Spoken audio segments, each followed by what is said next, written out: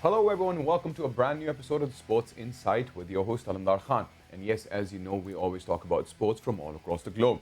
Anyways, my idea is to definitely give you as much knowledge as I can through this medium, and you guys can definitely reach out to us on our social media handles, which is at the rate of Indus News Sports. That stands both for Twitter and Instagram. Anyways, we'll switch with the headline. Yes, Pakistan will continue winning runs in T20. That's team morale is really, really high. Ms. Haq says. We'll talk about that.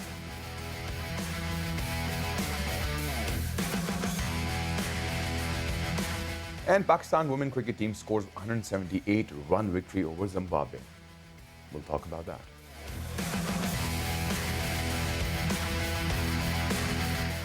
And yes, from the world of Six Nation Championship, Wales faces injury problems ahead of their Six Nation clash with Scotland.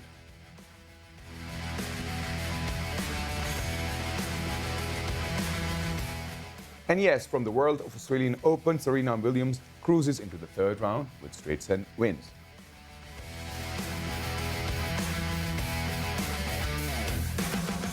And yes, from the world of Premier League, Manchester United 1-0 against West Ham. We'll surely talk about that.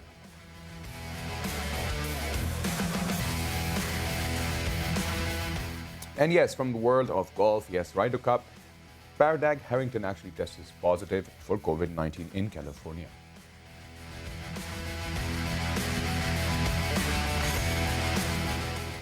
And yes, those were the headlines, everybody. And not to forget, the Pakistan versus South Africa is still on.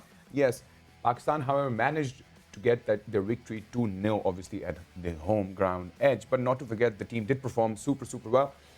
And the T20 match is scheduled for Thursday. Yes, we have Kamran. Kamran, thank you for joining us. And we'll instantaneously jump over to the T20 situation. How ready do you think Pakistan is after their victory against South Africa in the Test series? Well, the T20 thing is a completely different ballgame. Right. But if you look at the composition of both squads, and the fact that these games are to be played in Lahore. Right. So if you just, you'll see that almost half the available bowling options for both South Africa Right. and Pakistan, both of them are spinners. This obviously hints at them having an eye on the T20 World Cup later this year in India. Right. Where spinners are going to play a bit of a role. And Lahore, and they are going to play the games in Lahore. Lahore now obviously could potentially have the longest boundaries in the world, but they are all dragged back in, so we'll be looking at short boundaries and at a ground which started off in the PSL as a 130 something ground, if you consider, and the early games. And then it slowly morphed into something that was where we were seeing scores like in the 200 range, 180, 200 range. Right. I don't know what sort of a wicket are we going to see tomorrow, but the Pakistanis have certainly tried to, I think, have a few hitters in the squad. 5 of them are genuine hitters. Asif Ali has not played since that World Cup match against Australia.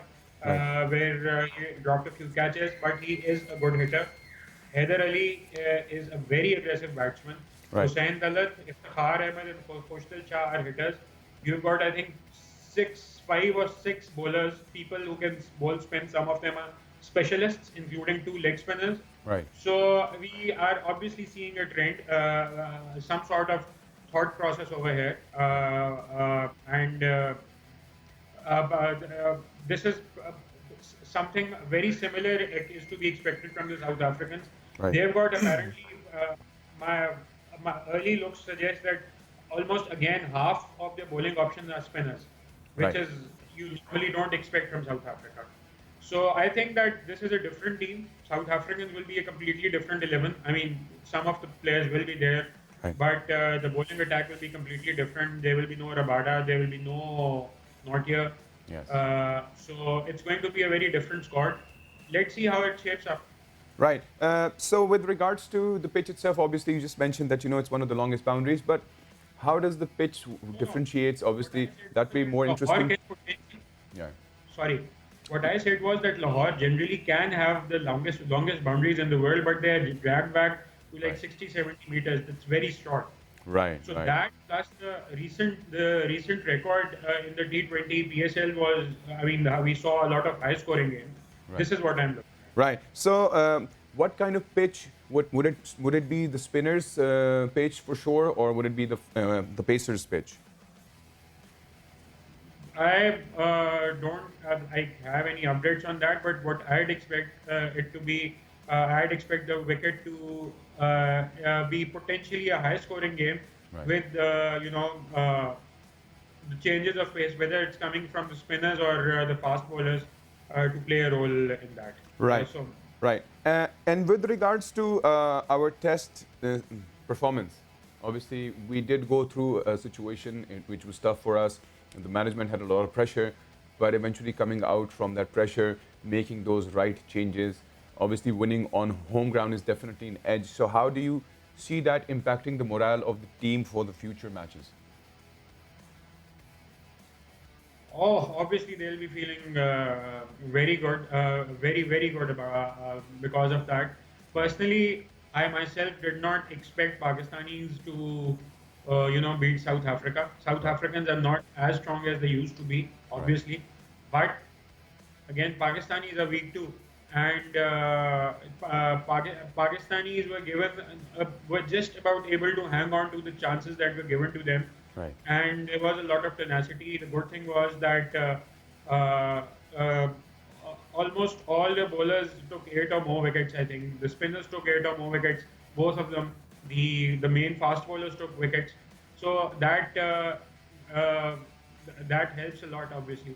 And Right. Pakistani bowling attack, apart from Yasir Shah, I mean, the fast bowlers are going to be there. Shaheen Afridi Right. and Hassan Ali both of them are going to be there. So Right. that's going to rub on as well.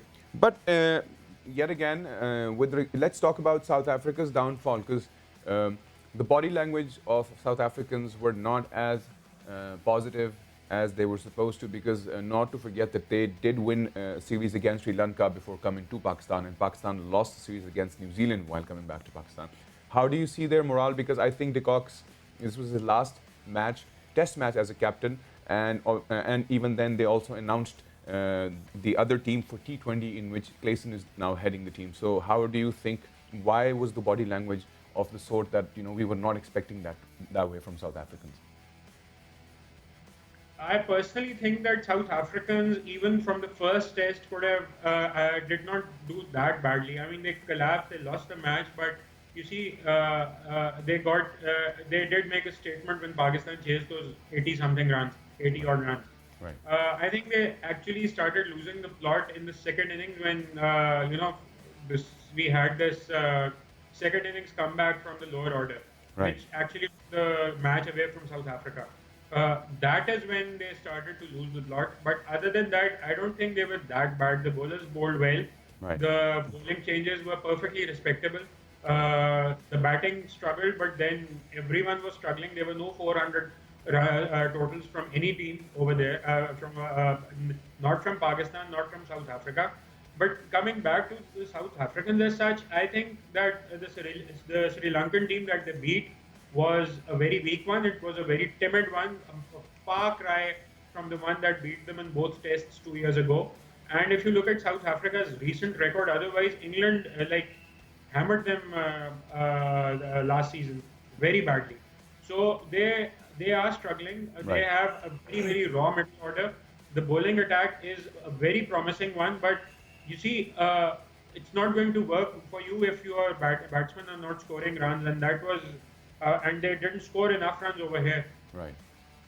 So It was not a great team. But yes. this is not to say So that Pakistanis beat a if weak okay. team, because Pakistanis themselves were not strong. Right. So Sorry. if that's not a great team, now we're looking at a very different South African team, which will be their T20 team. How do you see that? Would it be something positive to look into or not? Well, they have a lot of new players in this team. And the thing with T20 is that if you just look at the records of even the experienced one, most of the matches that they play are in the T20 leagues. So you Right. could expect a 30-something veteran to be making his debut in an international game. Right. So it can be quite misleading. And for example, a T20 legend, a 2020 legend could have about 4 or 5 international games under his belt. So it's not always that straightforward. So Right. South Africans have fielded a pretty decent squad based on the numbers that we are seeing.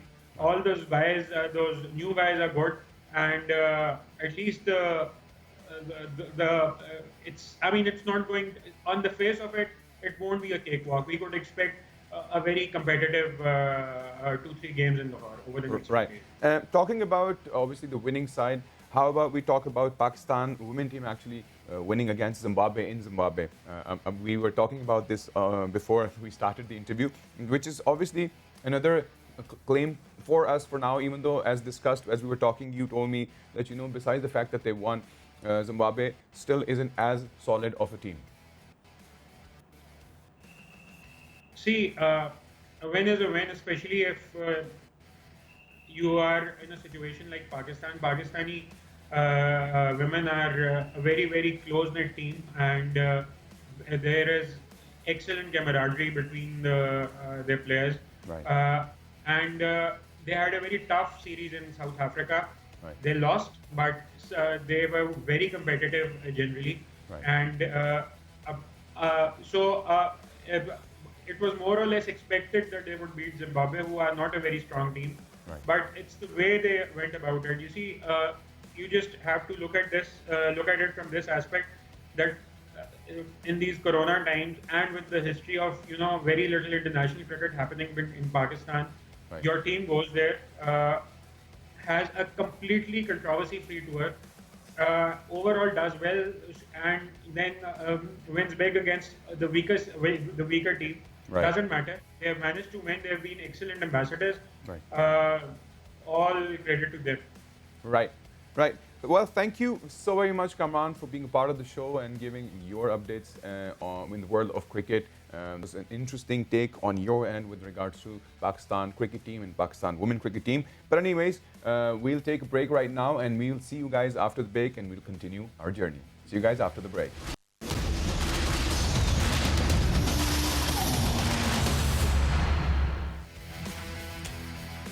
And yes, welcome back after the break. We're definitely going to discuss a very interesting subject, which is rugby. Yes, we're going to talk about the Six Nation Championship, and not only that, to discuss the Six Nation situation right now, we have with us Muhammad Ali Khan, who is a professional rugby player. Not only that, he's a fitness enthusiast. Welcome to the show, sir. How are you? I'm good as well. Thank you so much for calling me up. Pleasure, pleasure. So you actually have been playing professional rugby in England as well, right? Yeah. So we would like to surely know more about how does this entire perspective of rugby works for us. We'll start with your journey as a rugby player, and then we can continue on what's happening in the world of rugby. Alright. I started my career back in 2007 in March. Right. And since then till now, it's like been like such a long journey I have it. Right. Many things I have seen in my life as well, played in England as well, here in Pakistan as well, played for Pakistan as well. And my current club, which I'm playing right now, is called Islamabad Jinns. Which is based here, like in Islam, our ground is in F10 basically. Right. So from there I started my career basically, and then I go to England and start playing rugby over there. Right. Then came back here to Pakistan and started playing for my country, like for Pakistan as well, and faced many like Asian countries, especially like India, like UAE, Kazakhstan, like different countries we have faced it. Right. So how does the union works within Pakistan? Do you have any support that actually lets Pakistan rugby team to go out there to perform and represent the country? Yet, there are times we need to have, for instance, if we talk about cricket, in Pakistan, we have Pakistan Cricket Board that actually looks into that. Taking this as a very professional sport, and not only here across the globe, we talk about Six Nation Championship and everything happening around. So how do we see, why don't we compete or we get onto that level yet? Well, just like the way you said it, like we have PCB, we have a PRU, Pakistan Rugby Union. They do support us a lot, like for conducting these training camps for the Pakistan team and everything, and the small like what do you call like these tournaments, like we have it like. So that's what their role is. Their role is like to support us. Right. But why are we not competing against like these big countries, like in like example England, New Zealand, like All Blacks, Right. Wallabies, like Australia? Why we are not? There are many reasons. It's because of the government. I can say like they're not supporting us like the way Right. they support like cricket and Right. other sports. But right now it's like they're too much far away from us as well, as in like division-wise as well, and the many things like many aspects comes like when it comes to playing against those countries. Right. So it's like genetics as well. Definitely. Yeah, obviously they have a really good genes as well. So Right. it's really hard for us to compete with them. It's Right. not that easy. So you have, besides this, you are totally into fitness as well. You've been powerlifting as well. Yeah. Even with regard, and most of the people who are into rugby, professional rugby, as we were discussing off Yeah. camera, you told me that a lot of people actually end up coming into the boxing side. they do. So you decided to switch and get into boxing and fitness, because fitness, I'm sure, without fitness, you wouldn't be doing Yeah, rugby anyways. yeah, So you how can't. did you transform or transcend from the rugby side to this? Well, obviously, like we don't play rugby all the time, especially like where we play for Pakistan like once in a year, basically. Playing for Pakistan is like rugby qualifying matches, basically. Right. So obviously it's like once in a year. So the rest of the time we have a lot of time to play rather than like just club rugby, and that's it. Like it takes time, like 3 to 4 months after. Then there's like a small like a matches came up. Right. So you get bored. So that's why I shifted myself towards the powerlifting, and then I thought like let's try boxing then. Then I Right. started doing boxing then. Right. So always like keeping my mind and my body always like busy with it. Right. So that's one of the So let's talk about Wales versus Ireland. Yeah. The clash that is like, obviously Wales is facing some problems, but the last match that actually took place, it was on the 7th of February, Yeah, right? yeah. And so would you kind of define how the strategies worked for the aggressive side, because it is an aggressive game, right? So how does it work for them? If you look at the history behind the Wales, they always have a really good defense. Like they are really aggressive.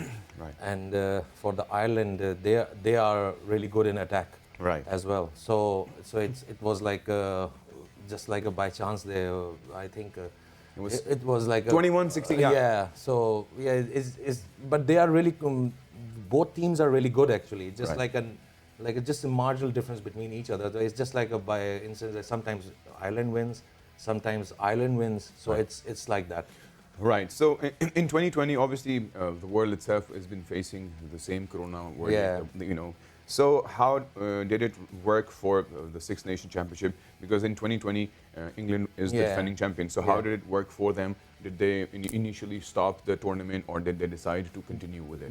You know the good thing about them is they're following the SOPs. Right. They're proper following. But it's by once you look in them like live video, once you're watching them, it's really strange. Right. Like there's no audience in the stadium. Right. Only the players are playing. Like Yep. that's it. And let me tell you a very interesting thing. Like once you scored a try, so you cannot celebrate with each other like hugging and like Right, or like clapping right, with each other. You right. can't do this thing. Why? Right. Because then they will find you.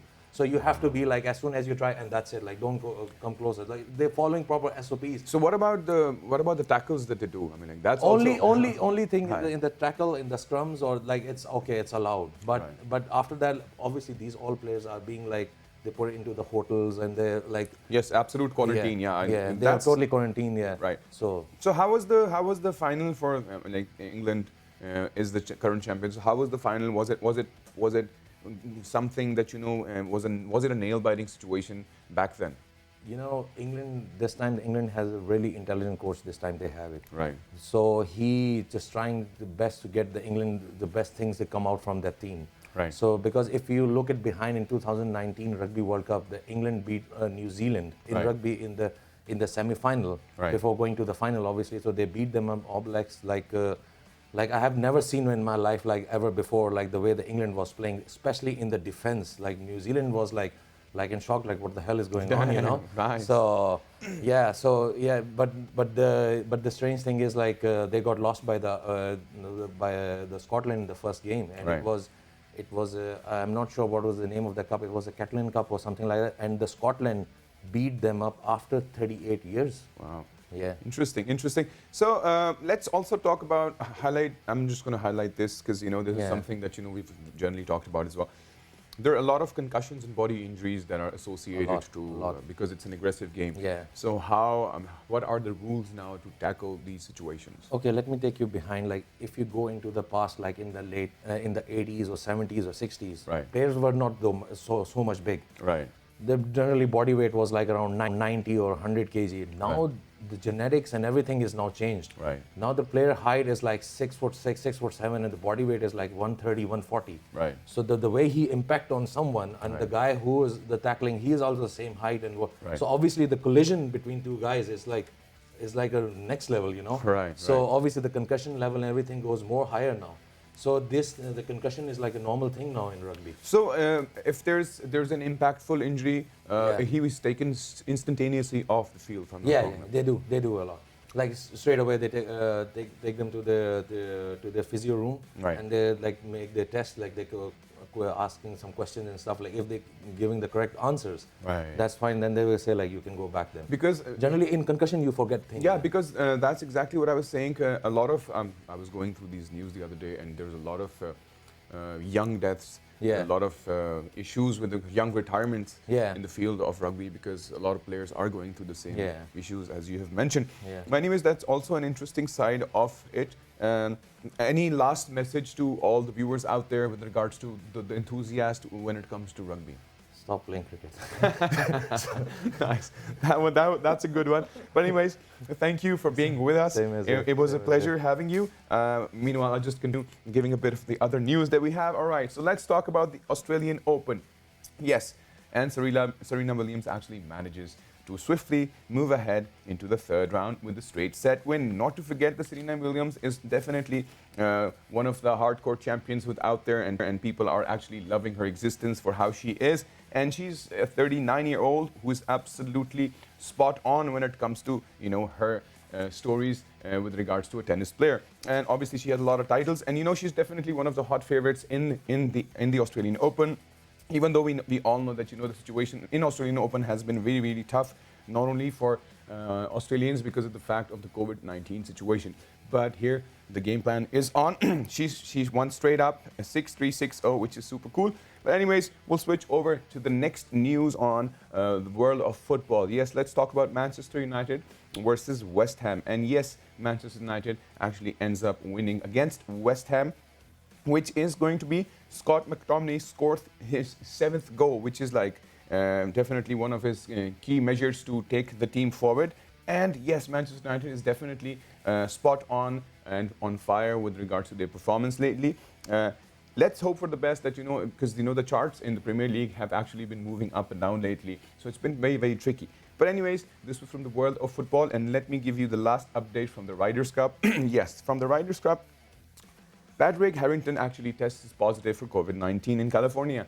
So the point is, there has been a lot of issues with regards to players going through their quarantining perspectives. Some obviously not going through the quarantining perspective, but, you know, he has been tested positive, and obviously being tested positive, he will have to rest it out. He will have to be in quarantine. He will have to take care of himself. And a lot of players have actually been going through all of this, not only in the United States, but everywhere across the globe.